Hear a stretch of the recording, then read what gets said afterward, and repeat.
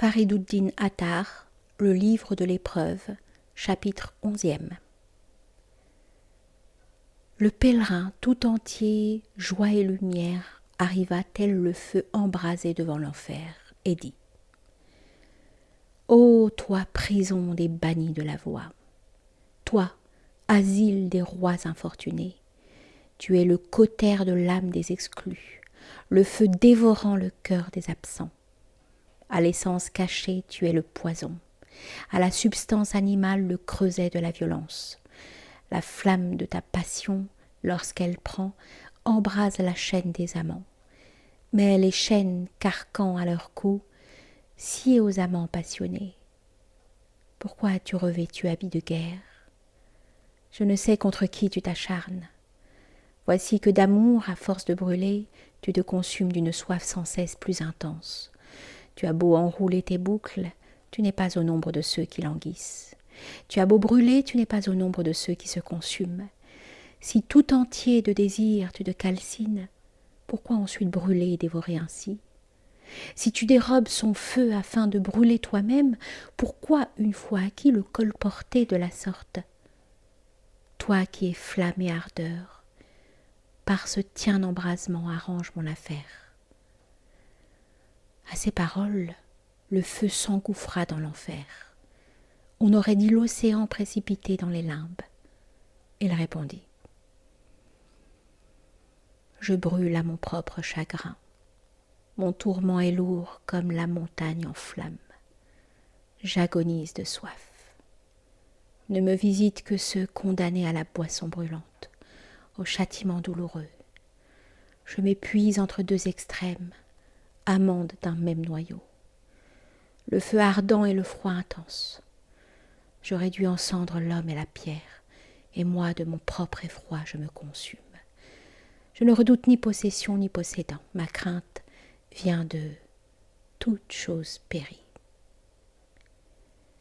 Quand un amant exhale un soupir délectable, je brûle aussitôt jusqu'aux entrailles. Mon cœur est inquiété par sa propre crainte. Aussi ma langue s'adresse à tous, sauf aux croyants. Ô familier du mystère, toi qui brûles comme la bougie, tu ne trouveras jamais dans le feu l'extrémité de la mèche. Retire-toi, ici n'est pas ton lieu. Le feu de l'enfer n'est pas pour toi. Le pèlerin se présenta devant le sage, lumière du cœur, et lui fit tout entier ce récit brûlant. Le sage lui dit : L'enfer est inhérent au monde. Les créatures en lui se consument entièrement. Pourtant, aucune par lui ne redoute de périr. Tantôt elles sont affligées de maladies diverses dont la mort est le seul remède. Tantôt elles sont transies par le froid, tantôt enfiévrées par le chaud. Toujours par l'amour du monde, elles sont occupées. Qu'est le monde ? Le lieu sans demeure. Toute la souffrance du monde s'origine au mensonge. Renonce au monde pour acquérir le vrai. Celui qui s'adonne au monde, serait-il Junaïd, n'en retirera même pas une souris morte. Tant qu'à ce seuil, faucon altier, il se tient par insouciance, il oublie le renoncement. Tout ce qu'avec toi tu n'emporteras pas sous la terre appartient au monde, non à la vérité pure. Un homme sincère disait en parabole : Celui qui recherche le monde est semblable au bousier. Le bousier collecte les immondices et les agglomère en une boule compacte. Sans cesse aux prises du sordide écoulement, il est de tout son être attaché à la fiente. De ci de là amoncelant, il la roule au bord de son trou. Mais cet article, quiconque ne témoignerait, est de loin plus gros que l'orifice. Alors, ne pouvant dans le trou le recéler, il l'abandonne au bord. Après avoir peiné de la sorte, il laisse son trésor à la porte et s'enfonce seul sous la terre, livrant à la poussière du chemin ce qu'il avait amassé à grande peine. Il en est ainsi de l'homme et de ses possessions. Que cet exemple t'éclaire. Celui qui, sa vie durant, s'agrippe à or et argent, laissera tout finalement au bord de la tombe étroite. Toi, en résolution moindre que le bousier, qui cherche la renommée, tu t'avères la honte du monde. Tu es séduit par ce bas monde et celui-ci n'a pas la moindre constance. De toutes les fibres de ton corps, tu t'abandonnes à lui. Pourquoi te fier ainsi ? À tous, s'il procure subsistance, c'est pour finalement entraîner sous la terre et sucer le sang. Puisqu'à toi aussi il boira le sang, ami, ne te ronge pas de désir pour lui. N'enchaîne pas ton cœur à cette caverne de démons. Ne te réjouis pas comme l'insoucieux. Jusqu'à quand seras-tu dans le tourment de toi-même ? Jusqu'à quand ne songeras-tu qu'à ta propre satisfaction ? Pour une broutille, tu places dans l'étau ton cœur pur, ton âme précieuse. Ne veux-tu pas entendre à la résurrection cette voix ? Lève-toi, ton âme est libérée. Si au monde tu ne possèdes rien, pas même un grain d'orge, alors on peut dire pleinement que tu es roi. Tant que tu vis, tu es l'esclave de tes attaches. Renonce au monde et deviens roi, sinon le temps de tourner la tête tu seras perdu. Au temps des Rbos, le peuple était réduit à la dernière extrémité. Chacun avait renoncé à la vie. Les gens cachaient leurs biens, les guides spirituels se tenaient à l'écart. Un jour, un fou monta sur une haute terrasse. Au bout d'une perche, il agita un lambeau d'étoffe. Il fit longtemps tournoyer le bâton autour de sa tête et, sans prêter attention à quiconque, s'écria « Ô folie ! Je suis dépourvu de tout, mais je t'ai pour moi seul et pareil jour. » Quand l'âme est envahie d'effroi, celui qui est ivre d'amour est le roi de la terre. Ignores-tu que tel gazelle, le chien, le brigand fuit l'homme nu ? Tant que tu es chargé de richesses, ton âme est au lien. Une fois dépourvu, tout t'appartient. Renonce d'un seul coup à tes possessions et tu sortiras de cette misère. Un ignorant courait affolé afin d'arriver à temps à la prière des morts. Un fou, le voyant avec cette précipitation se hâter, lui cria « C'est en train de refroidir, dépêche-toi !» Tu es avide du cadavre du monde. Tu cours sitôt un mort aperçu de loin. Mois et années durant, tu dévores la charogne du monde, et ceci convient à ton appétit d'homme. Pour une parole émise par un sage, un continent est englouti par celle d'un sot. Pour une bouchée absorbée avec sagesse par un lorman, 100 âmes sont dévorées avec perfidie par un scélérat. Les gens du monde sont comme des chiens enragés. Ils mordent à force d'être étrangers à l'amour. Ils se repaissent de charogne avec de belles manières, puis recouvrent la dépouille d'un linceul. Un fou allait submergé de passion, cependant qu'en terre on déposait un mort. Le fou de loin aperçut la toile du linceul et dit « Je suis nu de la tête aux pieds.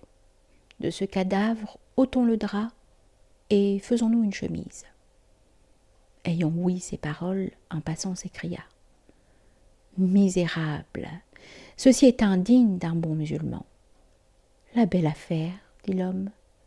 Je vous vois nuit et jour, de linceul par égarement recouvrir les morts. Sur moi, pourquoi ce drap serait-il déplacé ? Sois comme le tamiseur. Rassemble la terre du monde, puis répands-la sur la terre des hommes avides. Si tu cherches les secrets de la vérité, dis-le.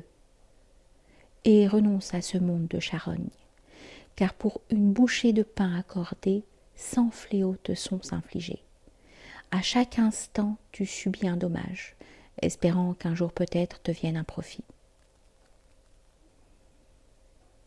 Un petit oiseau longtemps resta à piailler et à sautiller, puis il secoua la tête et se posa sur une branche. Salomon, au cri de cet oiseau minuscule, demanda « Savez-vous ce qu'il a ?» Il se plaint, gémissant. « Ah, que de tracas pour que De tous les biens du monde, j'obtienne aujourd'hui une moitié de date. Malheur à ce monde de lucre qui à un pauvre tel que moi accorde si peu.